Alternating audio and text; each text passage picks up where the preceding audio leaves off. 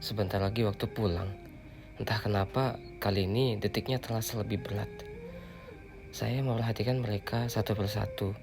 Cara mereka menyampaikan pendapat, menatap masa depan, dan di kepala tiba-tiba muncul satu kalimat dari buku pecah. Inilah kehidupan.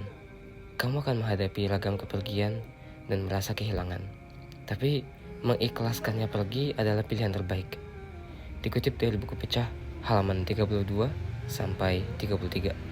Setiap pertemuan memang ditakdirkan untuk berakhir, tapi tidak semua akhir berarti kehilangan, kan?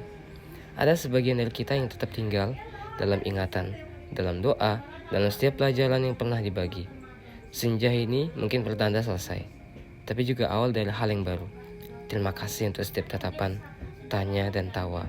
Sampai jumpa di pertemuan yang lain yang mungkin tidak di ruang kelas, tapi di jalan kebaikan.